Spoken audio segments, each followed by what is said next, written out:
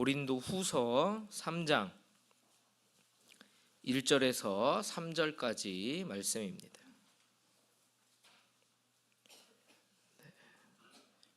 3절까지밖에 안 되니까요. 우리 다 같이 합독하도록 하겠습니다.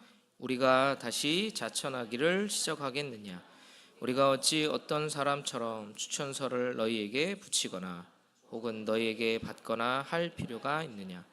너희는 우리의 편지라 우리의 마음에 썼고 무사람이 알고 읽는 바라. 너희는 우리로 말미암아 나타난 그리스도의 편지니 이는 먹으로 쓴 것이 아니요 오직 살아계신 하나님의 영으로 쓴 것이며 또 돌판에 쓴 것이 아니요 오직 육의 마음판에 쓴 것이라. 아멘. 본문의 말씀을 가지고요, 미디어를 절제하라, 미디어를 절제하라 라는 말씀으로 은혜를 나누도록 하겠습니다. 우리 성도님들 혹시 고기 좋아하십니까? 고기? 네, 고기 저도 참 좋아하는데요. 고기도 어떻게 익히느냐, 그 익힘에 따라서 맛의 차이가 사실 있습니다. 어떤 종류의 익힘, 그것을 선호하십니까? 저기 보면 하나, 둘, 셋, 넷, 5가지 정도의 익힘이 나와 있습니다. 레어, 거의 뭐 핏물이 뚝뚝뚝 흐르는 것처럼부터 시작해서 잘 아주 속까지 익은 웰던까지 있습니다. 미디어를 절제하라 라는 제목으로 설교하면서 웬 갑자기 봉창 두들기는 쓸데없는 질문을 하나, 이렇게 생각이 드실 수 있죠. 사실 이 미디어라고 하는 단어의 뿌리가 우리가 아까 보았던 미디엄이라는 단어에서 파생됐기 때문입니다. 라틴어에요, 메디움이라는 단어가 있습니다. 지금 현재 우리가 쓰는 미디엄이라고 하는 단어와 똑같은 단어입니다. 그래서 이 미디엄이라고 하는 단어, 메디움이라는 라틴어의 그때 당시의 의미는 중간, 중개물, 중심, 이런 의미였습니다. 그런데 이것에 대한 복수, 2가지 이상 의미를 나타낼 때 그것을 메디아 또는 미디어 이렇게 사용했었습니다. 그래서 미디어의 사실 이 근본적인 의미는요, 중간에 있는 것들, 매개체들, 이런 뜻입니다. 그러니까 여기서 우리가 잘 아는 그 미들 스쿨 할 때 그 미들이 중간이라고 하는 단어가 여기에서 파생됐습니다. 그러니까요, 이 미디어라는 거는 뭐냐, 2가지 사이에서 중간이죠, 위치하여서 양쪽을 연결하는 의미, 그것이 미디어의 원래 의미입니다. 미디어 하면 여러분이 어떤 것들이 떠오르시는지 모르겠습니다. 그래서요, 오늘날 미디어란 정보를 전달하고 의사를 소통하는 모든 매체를 의미하는 것이 바로 미디어라고 이야기합니다. 대화도 있을 수 있고요, 책도 있고요, 또 이것처럼 우리가 영상으로 지금 송출을 하는데 영상도 있고요. 그 모든 것들이 정보를 전달하고 의사를 소통하는 그 모든 것이 미디어다라고 말할 수 있습니다. 사실 설교를 준비하면서 참 많은 어려움이 있었습니다. 왜냐하면 성경에는요, 미디어라는 단어가 등장하지 않습니다. 그래서 어떻게 설교해야 될까? 도대체 미디어를 뭐라고 설교해야 될까? 성경에는 어떻게 이야기하는 것일까? 고민이 참 많았는데요. 설교를 준비하면서 이 미디어라고 하는 어원적인 의미를 찾아보면서 조금씩 답을 좀 찾아가기 시작했습니다. 우리가 오늘 말씀을 통해서요, 현재 지금 우리가 사용하는 그 미디어를 어떻게 절제하고, 그리고 고민하고 나에게 어떻게 적용하고 절제하기로 결단할지 오늘 말씀을 통해서 복된 시간이 되길 주님의 이름으로 축복합니다. 첫 번째로는요, 미디어를 끊어라는 것입니다. 성경이 기록될 당시에는 현대적인 의미의 미디어, 즉 영상 서비스 내지는 SNS라고 하죠. 소셜 미디어라고 말할 수 있습니다. 그런 것이 없었습니다. 하지만요, 중요한 건 아까도 소셜 미디어라고 하는 건 소셜 네트워크 서비스의 줄임말입니다. 이 네트워크라고 하는 거 의사소통이죠. 쌍방간의 이야기 되는 겁니다. 즉 성경에도요, 이런 미디어라는 단어는 없고 SNS라는 단어는 없지만 분명하게 성경은 소통의 본질, 인간관계, 그리고 마음의 중심에 대해서 시대를 초월하는 명확한 원리들을 제시하고 있다라는 것입니다. 성경을 통해서 우리가 이런 미디어를 혹시 사용하고 있다면 우리가 끊어내는, 그리고 끊어내기를 결단하는 그런 밤이 되기를 소망합니다. 한 짧게 5가지 정도로 정리해 봤는데요. 첫 번째는요, 댓글과 이미지로도 사람을 죽일 수 있다라는 겁니다. 요즘은 SNS, 아까 말씀드렸죠, 소셜미디어의 그 소비가 주를 이룹니다. 여기 뭐 청소년들, 학생들 있는데요, 아마 요 그림들 많이 봤을 겁니다. 유튜브를 비롯해서 뭐 카톡, 틱톡, 인스타그램, 텔레그램, 트위터, 페이스북, 밴드부터 해서 쌍방간에 서로 소통하는 다양한 프로그램들, 플랫폼이 상당히 많이 있습니다. 여기 중에 우리 성도님들 중에 하나도 안 하시는 분, 뭐 카톡 정도도 하시겠죠. 유튜브 많이 보실 겁니다. 옛날에는요, 신문이나 라디오, TV 이런 것이 대중매체, 대중미디어였습니다. 그런데 그것은 특징이 일대 다수였습니다. TV가 말하고 많은 사람들이 그 TV 앞에 모여서 그것을 보고 듣고, 그래서 바보상자 우리가 이렇게 이야기하지 않았습니까? 그런데 이제는요, 1인 미디어 시대가 돼서 쌍방간에 소통을 하면서 유튜브도 보면 댓글을 달고 SNS도 보면 수많은 서로 간의 이야기들을 접하면서 경험을 공유하고 하는 그런 쌍방간의 소통, 정보 전달 시대가 되어졌다는 거죠. 그런데 이렇게 서로 쌍방간에 소통하고 대화하고 대화를 나누다 보니 여러 가지 문제가 발생합니다. 대표적인 사건으로요, 2019년의 사건이 있습니다. 아마 잘 기억나시는 분들이 있을 겁니다. 악플로 인한 스트레스 우울증으로요, 가수 고 설리양이죠, FX의 멤버였던 설리양이 스스로 삶을 포기했던, 그때 당시에 이 악플, 인터넷 실명제를 해야 되는 거 아니냐, 이런 이야기들이 사회에 많이 있었습니다. 어제 담임 목사님께서 말씀이 말의 절제에 대해서 말씀했죠. 사실 SNS도 인터넷상에서, 디지털상에서, 개인 소셜 미디어 상에서의 언어라고 볼 수 있습니다. 잠언 18장 21절에 이렇게 말씀합니다. 죽고 사는 것이 혀의 힘에 달렸다. 실제로 SNS 댓글로 사람이 삶을 포기하는 것, 이것이 말의 힘이고 책임감이라는 거죠. 우리가 생각할 때는 SNS 댓글 하나 뭐 그렇게 별것, 뭐가 그렇게 대단하게 별것 아닌 거 아닌가 생각할 수 있지만, 누군가에게는 생명을 줄 수도 있고 생명을 해할 수도 있는 그런 힘이 있는 것이다라는 거죠. SNS는요, 보통 글 또는 이미지로 많이 소통합니다. 하지만 성경은 이것을 입의 말과 동일하게 취급하고 있는 것이죠.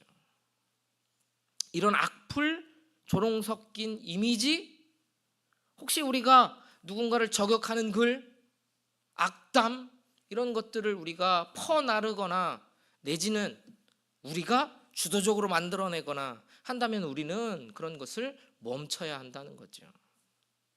대신에 우리는 덕을 세워야 합니다. 에베소서 4장 29절에 이렇게 말씀합니다. 더러운 말은 입 밖에도 내지 말고, 같이 읽습니다. 귀에 있는 대로 남에게 도움이 되는 유익한 말을 하십시오. 유익한 말을 하라는 거예요. 그것은 대화에서뿐만이 아니라 인터넷상에서도 동일하게 적용되는 것입니다. 격려하고 온유함이 넘치는 말, 상대방을 존중하는 그것이 인터넷상에도 반드시 필요하다는 겁니다. 인터넷상은 익명성입니다. 누가 누군지 사실 잘 몰라요. 그리고 어떤 사람이 그거를 보게 될지도 모릅니다. 불특정 다수죠. 그렇기 때문에 우리는 익명성에 숨어서는 절대 안 된다는 겁니다. 화면 너머에, 핸드폰 너머에 그 뒤에는 항상 하나님의 형상대로 지음받은 귀한 인격체가 있다라는 그 사실을 잊지 않는 그리스도인들이 되기를 주님의 이름으로 축복합니다. 어제 말씀하고도 물론 중복되는 내용이기도 하지만 이러한 인터넷상에서의 세 가지 원칙이 있습니다. 첫 번째는 진실한가? 어제 목사님께서도 말씀하셨죠. 이게 팩트인가? 두 번째는 유익한가? 그리고 세 번째는 하나님께 영광이 되는 것인가? 게시물을 올리고 또는 게시물을 퍼나르고 우리가 하는 그러한 모든 일련의 행위들 가운데에 하나님께 영광이 되고 유익을 구하며 진실한 것을 찾아 할 수 있는 그리스도인들이 되기를 주님의 이름으로 축복합니다. 두 번째, 이런 미디어는 끊어야 합니다. 뭐냐면 바로 자신의 인정의 욕구를 드러내는 글들이나 이미지들이라는 거죠.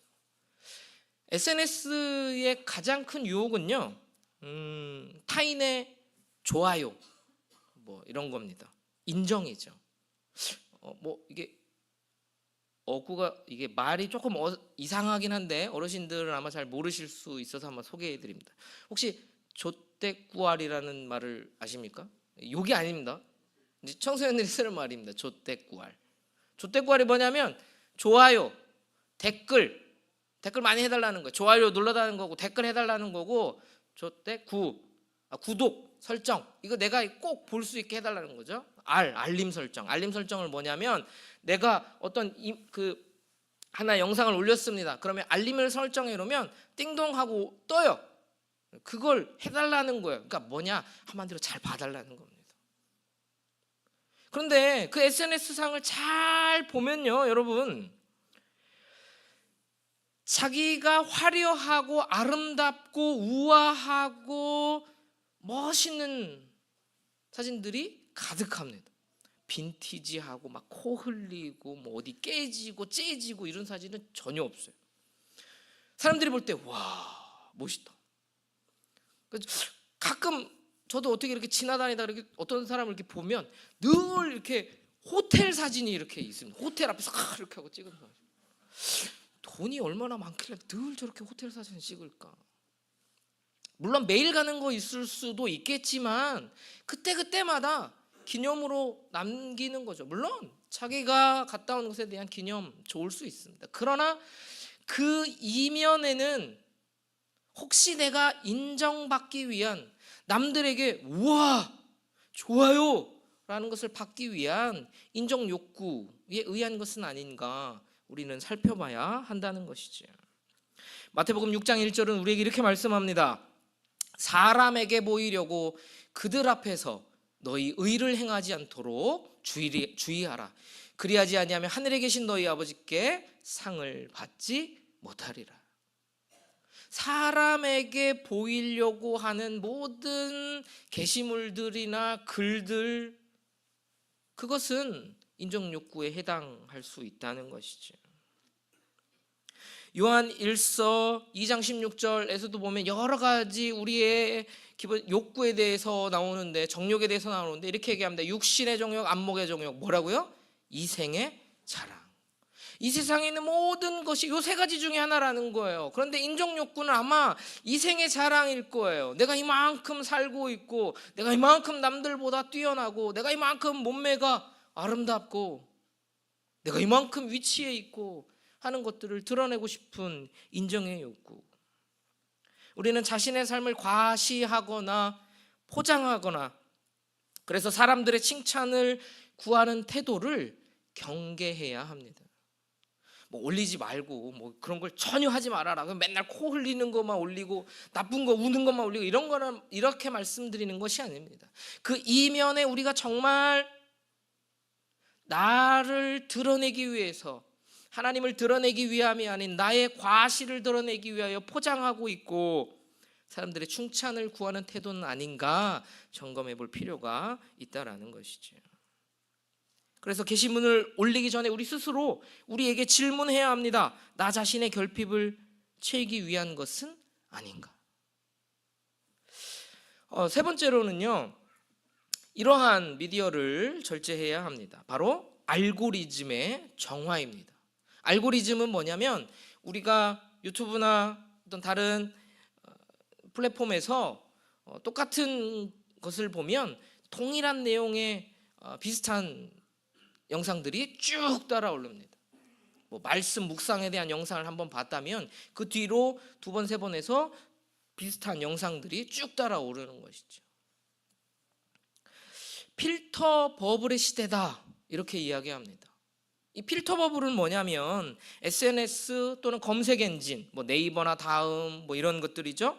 이런 것들 등에서 이 AI 알고리즘, 이 사용자의 관심사, 클릭, 뭐 검색 기록 이런 것을 분석해 가지고요, 그 사람이 좋아할 만한 정보들만을 골라줘 가지고 마치 사람이 거품 속에 갇혀 있어서 다양한 관점으로 정보를 접하기 어렵고 편향된 시각, 그것을 갖게 되는 현상을 바로 필터 버블이다라고 말합니다. 요즘이 바로 필터 버블의 시대죠. 알고리즘에 갇혀 있는 거예요. 내가 원하는 영상들만 계속 보면서 거기에 갇혀 있습니다. 균형 잡힌 시각을 잃게 되는 겁니다. 성경은 좌로나 우로나 치우치지 말라, 균형을 이야기합니다. 중심에 말씀이 있어야 됨을 이야기합니다. 그런데 이러한 알고리즘을 우리가 정화하지 않고 그것을 중간중간 삭제하지 않고 그것을 그대로 계속적으로 사용한다면 우리는 진리도 왜곡되게 받아들일 수 있습니다.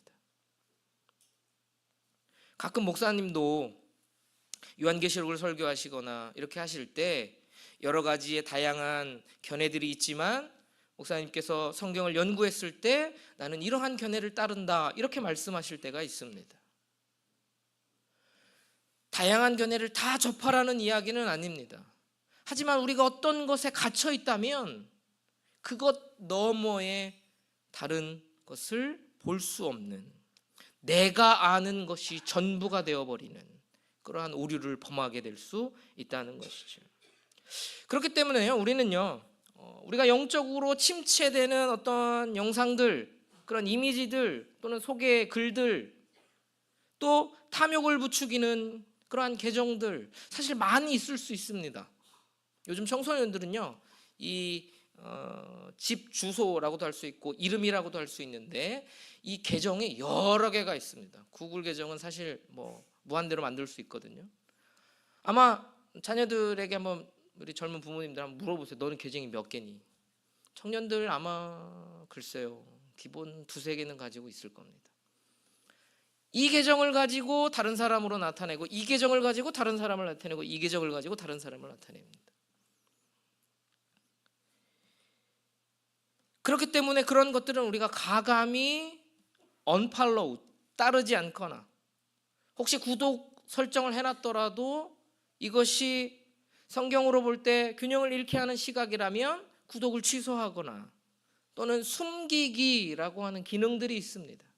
그리고 조금 어려운 이야기일 수 있지만 인터넷 그 사용 기록이 있는데 설정에 들어가면 그 인터넷 사용 기록들을 삭제해 줘야 그러한 우리의 검색이라든지 이런 것이 쌓이지 않아서 데이터가 쌓이지 않습니다. 그래서 알고리즘이 잘 되지 않는다는 것이죠. 그래서 때로는 오히려 그런 것이 어렵다면 어플들을 삭제하고 다시 까는 것도 하나의 방법이기도 합니다. 핸드폰에도 도움이 됩니다. 핸드폰에 저장 용량 이만큼 찼다가 그래서 삭제하고 다시 깔면 좀 줄어들기도 하니까요. 네 번째로는요, 이 숏폼 컨텐츠입니다. 이 숏폼 컨텐츠, 도대체 오늘은 어려운 말이 되게 많이 나오는데 짧은 영상들입니다. 요즘에 청년들이 보는 영상들은 180분이 아니죠. 180초를 넘어가지 않습니다. 아니 180초는 그만두고 15초에서 20초짜리가 거의 대부분입니다. 이 쇼츠라고 하고요, 릴스라고 하고 숏폼이라고 이야기합니다. 짧은 영상입니다. 순식간에 영상을 보고 아이들이 아무것도 안 하는 것 같지만 그 순식간에 이미지를 확확 봅니다. 그래서 아이들이 손가락이 굵어지는 것 같아요. 슉슉슉슉. 손가락 운동, 요 하나 운동을 참 잘해요. 쑥쑥쑥 올라갑니다. 올라가면서 이 아이들이 보는 건 뭐냐면 즉각적인 반응, 자극적인 이미지들을 그대로 받게 됩니다. 뇌가 그대로 수용하는 것이죠. 실제로요, TV에도 아마 많이 보셨을 텐데요, 이런 쇼츠 영상들, 숏폼들 때문에 뇌가 망가지고 있다는 겁니다. 뇌 손상의 원인, 심지어는 디지털 마약이라고까지 이야기합니다. 이 뇌에서 우리 전두엽이 하는 기능이 있습니다. 이 전두엽과 전전두엽이 발달하는 시기가 청소년 시기입니다. 청소년들이 가끔 막 욱하고 갑자기 막 화를 냈다가 막 짜증도 냈다가 하는 이유가 뭐냐? 이 전전두엽이 사실 잘 발달되지 않아서 그렇습니다. 당연한 겁니다. 우리 부모님들 이해해 주십시오. 당연한 거예요. 그런데 갑자기 요즘 묻지마 범죄 이런 것들이 많아지고 충동성이 많아지는, 성인들 중에서도 많아지는 이유가 뭐냐? 이 쇼츠나 이러한 자극적인 영상들이 그대로 뇌로 들어와서 그것이 거쳐서 이 전전두엽으로 와서, 전전두엽은 도덕적이고 논리적이고 이성적인 판단을 하는 기능을 가진 것이 이 전전두엽인데 그것까지 오지 않아요. 이 변연계를 통해서 감정을 자극합니다. 그래서 그대로 나타나는 것이죠. 뇌가 청소년들은 잘하지 않습니다. 실제로요, 논문을 통해서 보면 저희 시대 80년, 90년대 또는 70년 후반 요 시대의 학생들과 지금 현재 2000년 이후에 핸드폰이 발달하게 된 그 시대 이후의 학생들의 이 학력 수준의 차이를 비교해 봤는데 요즘 아이들이 떨어집니다. 이건 당연한 결과이고 앞으로 계속될 결과입니다. 도파민이 과다하게 분비합니다. 그렇게 되면 어떻게 되냐면 이 도파민은 우리가 운동을 하거나 또 다른 즐거운 것들을, 맛있는 음식을 먹거나 할 때 분비되는 그런 분비 물질인데, 그래서 행복감을 느끼고 즐거움을 느끼는 건데, 이 숏폼이라고 하는 짧은 영상들을 통해서 자극적인 정보를 받고 도파민이 폭발합니다. 그래서 어떻게 되냐? 다른 자그마한 도파민에는 반응하지 않아요, 뇌가. 그래서 흥미를 잃습니다. 그래서 이러한 친구들의 특징들이 뭐냐? 무기력하고 재미가 없어요. 그리고 감정적으로 변해버립니다. 이게 지금 우리 청소년들이 겪고 있는 시대의 모습이라는 거죠. 그렇기 때문에 우린 이런 것들을 끊어낼 수 있는 그러한 의지와 결단이 필요하다라는 것이죠. 아까 읽었던 요한일서 2장 16절에 보면 이생의 자랑뿐만이 아니라 그 앞에 안목의 정욕이라고 나와 있습니다. 어쩌면 요즘의 시대는 이 숏폼이라고 하는 안목의 정욕, 보는 것, 내가 보고 싶어 하는 것들만을 추려서 빠르게 보는, 그러나 남는 건 없는 그런 시대 속에 우리가 살고 있다는 걸 분명히 기억해야 한다는 것이죠. 그래서 다섯 번째로는요, 우리가 디지털 안식일을 실천하자라는 것입니다. 에베소서 5장 16절 주님께서 우리에게 이렇게 경고합니다. 세월을 아끼라, 때가 악하니라. 시간을 절제하라는 것이죠. 이 디지털 안식일, 쉬는 거죠. 가족에게 규칙이 필요합니다. 나는 안 하는데 왜 엄마 아빠는 해? 할 말이 없습니다. 저도 가끔 아들에게 그런 이야기를 들을 때 찔릴 때가 있어요. 그 핸드폰을 넣어놓는 그 충전하는 단자를 아예 묶어놔 버렸습니다.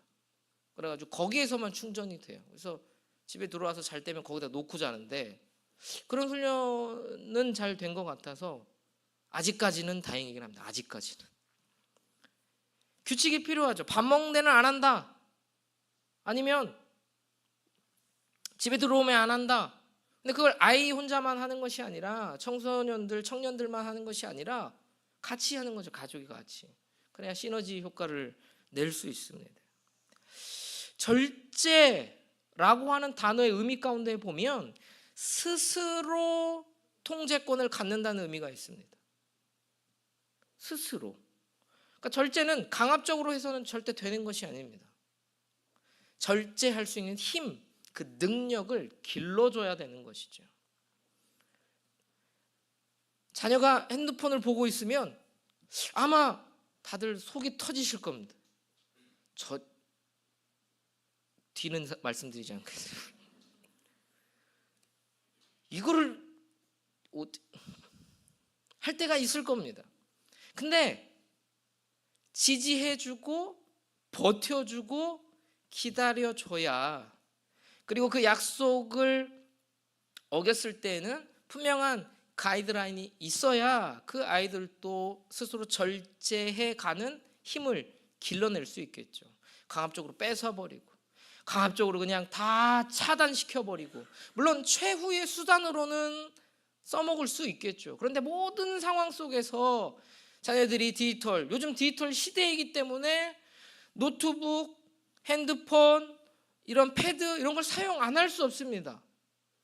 그렇기 때문에 그것을 적절하게 사용할 수 있는 힘을 기를 수 있도록 가족에서 많은 대화가 필요하고 인내도 필요하다라는 것이죠. 한 가지 중요한 건요, 대안을 마련해 줘야 합니다. 아이들이 이 핸드폰을 왜 할까요? 심심해서? 아닙니다. 재밌어서 그렇습니다.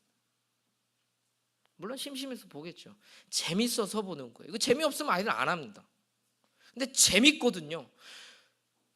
우리 성도님들께 여쭤보겠습니다. 유튜브 보시는 거 재미없으십니까? 설교보다 재밌죠? 재밌으니까 보는 거예요. 물론 그것이 유익하냐라는 질문에는 다른 대답이 나올 수 있겠지만 어쨌든 즉각적인 즐거움이 따라옵니다.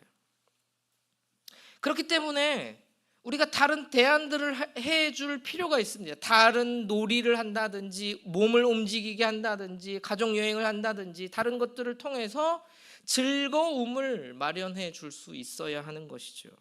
같이 놀아주고 다른 것이 즐겁다라는 것을 경험하게 된다면 사실 이것을 절제할 수 있는 힘들을 기를 수 있지 않을까 생각해 봅니다. 가족이 함께 디지털 안식일을 실천해 볼 수 있는 그런 복된 가정들이 되기를 주님의 이름으로 축복합니다. 우리는 이렇게 미디어를 끊어내야 합니다. 그런데 오늘날은 미디어 홍수 시대에 살고 있습니다. 다 모든 것이 디지털 미디어죠. 디지털 미디어를 사용하지 않는 분은 아무도 없습니다. 그렇다고 해서 우리가 이것을 산속으로 들어가서 아무것도 쓰지 말아야 하는가? 그렇지 않다는 것이죠. 두 번째로는 우리가 그렇기 때문에 미디어를 가려 먹어야 한다는 겁니다. 정보를 전달하거나 의사를 소통하는 것이 미디어다라고 말씀드렸습니다. 그런데 요즘에는요, 그 매체가 사실 상당하게 다양해졌습니다. 넷플릭스, 티빙, 웨이브, 디즈니 플러스, 쿠팡 플레이, 왓챠, 영상 서비스를 제공하는 업체도 되게 다양합니다. 아마 어르신들은 KBS 1, KBS 2만 보시는지는 잘 모르겠지만 어르신들도 유튜브는 아마 보실 겁니다. OTT라고 하는 건데요. 이 OTT 시장이 폭발적으로 성장했습니다. 2016년에 넷플릭스가 시작됐거든요. 5천억 정도의 시장 규모로 시작했습니다. 근데 지금은 2024년의 통계를 보니까요, 5조 원을 넘어섰습니다. 10배 가까이 늘어난 거죠. 실제로 OTT 이용자 수가요, 2014년에는요 14%에 불과했습니다. 지금은 2024년도 기준입니다. 89%를 넘어섰습니다. 전 국민이 OTT를 이용한다라고 보시면 되겠습니다. 앱 분석 서비스입니다. 그런 곳에서 조사에 따르면요, 2023년도 12월 기준 한국인이 가장 오래 사용하는 앱 1위가 뭐였었을까요? 유튜브입니다. 그런데요, 여러분, 유튜브는 젊은 사람들만의 전유물이 아닙니다. 한국갤럽에서 조사를 했는데요, 50대와 60대 이상의 유튜브 이용률이, 놀라지 마십시오, 90%를 상회합니다. 특히 정치, 건강, 트로트, 이게 가장 많습니다. 이 소비에서 60대 이상이 가장 활발한 이용층이라고 이야기를 합니다. 정보의 홍수의 시대예요. 홍수가 나면요, 물은 참 많습니다. 그런데 다 탕물이에요. 마실 물이 없어요. 요즘 많은 정보들이 떠다닙니다. 설교도요, 되게 많습니다. 우리는 이러한 정보 속에서 가려 먹어야 한다는 것이죠. 제가 어떤 글을 읽었는데요, 진짜 좋은 것과 가짜 좋은 것을 구별하는 방법이 있다고 합니다. 그게 뭐냐면 그 끝을 보면 압니다. 가짜 좋은 건 시작은 참 좋아요. 즉각적 반응이 납니다. 그런데 끝나고 나면 허무하고 부질없습니다. 콜라를 생각해 보십시오. 마시면 달달하고 목이 탁 쏘여서 콱 하죠. 그게 콜라예요. 술도 그렇죠. 마실 때는 좋습니다. 마시고 나면, 안 마셔봐서 잘 모르시나요? 뒤가 좋지 않아요. 그런데 진짜 좋은 거는요, 시작은 싫지만, 아까 화면 다시 보여주실래요? 시작은 싫지만 끝내면 좋습니다. 클릭 한번 눌러주시죠. 콜라는 시작이 좋은데요, 끝이 별로 좋지 않죠? 고지혈증, 비만이 기다리고 있습니다. 운동을 생각해 봅시다. 시작할 때는요, 정말 싫어요. 힘들어요. 하고 싶지 않습니다. 그런데 끝내고 나면 개운하고 뿌듯하죠. 꽤 성실한 사람이 된 것 같은 느낌도 듭니다. 바로 이게 진짜 좋은 거죠. 여러분, 영상도 우리가 보고 나면 허무하고 부질없는 영상이 대다수입니다. 남는 게 없어요. 우리는 진짜 좋은 영상들을 가려 먹어야 합니다.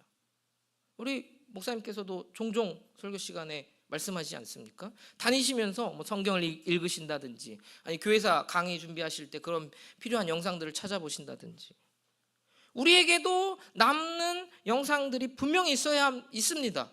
그것을 찾아서 좋은 도구로 영상을 사용할 수 있어야 되는 거죠. 중고등부에 보면 인스타그램이 있습니다. 학생들이 쓰는 플랫폼인데요, 거기 보면 매주 제가 말씀 나눔을 올립니다. 뭐냐면 주일에 했던 설교를 요약해가지고 한 5장 내지 4장 내지 카드 뉴스로 만들어가지고 이렇게 요약을 해놓습니다. 아이들 잘 안 봅니다. 그런데 계속 만들어요. 왜? 좋은 것을 분별해서 먹을 줄 알아야 하거든요. 옛날부터 지금까지 이어온 미디어 중에 최고라면 사실 책을 꼽을 수 있습니다. 책도 미디어죠. 정보를 전달하기 때문에 의사를 전달하죠. 성경책, 기독서적, 일상서적, 우리는 글을 읽어야 합니다. 요즘 시대에 글을 읽지 않고 시각적인 정보만 받아들이는 시대가 되어져 버렸습니다. 읽기 전에는 힘들죠. 읽기 싫습니다. 그러나 하지만 끝나고 나면 우리가 성경을 읽고 났을 때 주님과의 만남을 계속적으로 사모하게 된다라는 것이죠. 우리가 이 정보의 홍수의 시대에서 미디어를 가려먹을 수 있는 그리스도인들이 되기를 주님의 이름으로 축복합니다. 마지막으로는 바른 미디어가 되라라는 것입니다. 캐나다의 미디어 이론가이자 사회학자인 마셜 맥클루언이라는 사람이 이런 이야기를 했습니다. 미디어는 메시지다. 미디어는요, 단순히 컨텐츠를 담는 그릇이 아니라, 즉 어떤 영화를 보여주고 뭐 드라마를 보여주고 개그를 보여주고 하는 그것을 담는 그릇이 아니라 그 그릇 자체, 우리가 인지하고 사고하고 행동 양식을 결정하는 강력한 힘을 가지고 있다. 그 자체가 메시지다라고 이야기한 것입니다. 예를 들면요, 우리가 영화나 드라마를 보면 가끔 보다 보면 저 작가가 그리스도인인가? 라고 하는 것을 느낄 때가 있습니다. 그렇게 성경적 가치관을 발견하는 그러한 것을 볼 때가 있죠. 그런 콘텐츠, 드라마, 영화를 만들어내는 사람이 더 중요하다는 겁니다. 그 사람이 가지고 있는 가치관이 더 중요하다는 것이죠. 내용은 그 사람의 결과일 뿐이라는 것입니다. 오늘 우리가 읽은 말씀에서 저는 이렇게 생각해 봤습니다. 우리 같이 함께 고린도후서 2장 3절 말씀, 2절 말씀, 3절 말씀 같이 함께 읽습니다. 여러분은 우리 마음에 기록되어 있고 모든 사람이 알고 있는 우리의 편지입니다. 그리고 여러분은 우리 사역의 결과로 나타낸 그리스도의 편지라는 것이 명백해졌습니다. 우리는 먹으로 쓴 것이 아니라 살아계신 하나님이 성령으로 쓴 것이며 돌판에 새긴 것이 아니라 사람의 마음속에 새겨진 것입니다. 사도 바울이 고린도 성도들을 향해서 이렇게 격려하는 겁니다. 너희는 그리스도의 편지다. 편지가 뭘까요? 그 사람과 사람 간에 소통하고 의사를 전달하는 매개체 아닙니까? 미디어입니다. 우리가 그리스도의 미디어라는 겁니다. 우리가 살아가는 삶의 양식, 태도, 가치관, 대화, 삶, 그 모든 것이 미디어라는 거예요. 세상은 우리를 통해서 주님을 바라봅니다. 아름다운 편지가 되어야 되지 않겠습니까? 향기 나는 편지가 되어야 되겠죠. 속상한 편지이고 읽기 싫은 편지가 아니라 사람을 살리고 주님께로 인도하는 생명의 편지, 아름다운 미디어가 되기를 주님의 이름으로 축복합니다. 그것이 우리가 바른 미디어가 되는 길인 줄로 믿습니다. 말씀을 맺도록 하겠습니다. 성경이 말하는 절제는 단순히 자기관리 또는 운동선수들의 절제 이런 것이 아닙니다. 그것은 자기 최면에 가깝죠. 불가능할 정도로 정말 어렵습니다. 그래서 세계적인 스포츠 스타들이 그 어려움들을 이겨내고 세계에서 제일 우뚝 서는 것 아니겠습니까? 근데 그런 절제는 참 힘들어요. 셀프 컨트롤은 넘어지기 쉽다는 겁니다. 하지만 성령의 열매라고 말합니다. 이 성령의 열매인 절제는 성령 안에서 하나님의 뜻에 순종하는 그 차원 높은 자기 통제가 바로 성령의 열매 절제라는 겁니다. 즉 성령의 음성을 따라 하나님의 뜻을 따라가는 것, 그것이 성령의 열매 절제라는 것입니다. 그 성령의 열매 절제는 우리의 의지나 노력보다도 사실 더 중요한 건 하나님과의 교제가 우선이 된다는 것이죠. 하나님과 바른 교제를 통하여서 하나님의 음성을 듣고 성령의 음성을 따라 절제의 열매를 맺어갈 수 있는, 특별히 미디어라는 곳 가운데에서 그러한 열매를 맺어가는 복된 그리스도인들이 되기를 주님의 이름으로 축복합니다. 우리 마지막으로 주님 말씀하시면 함께 찬양하고 들은 말씀을 위해서 함께 기도하도록 하겠습니다.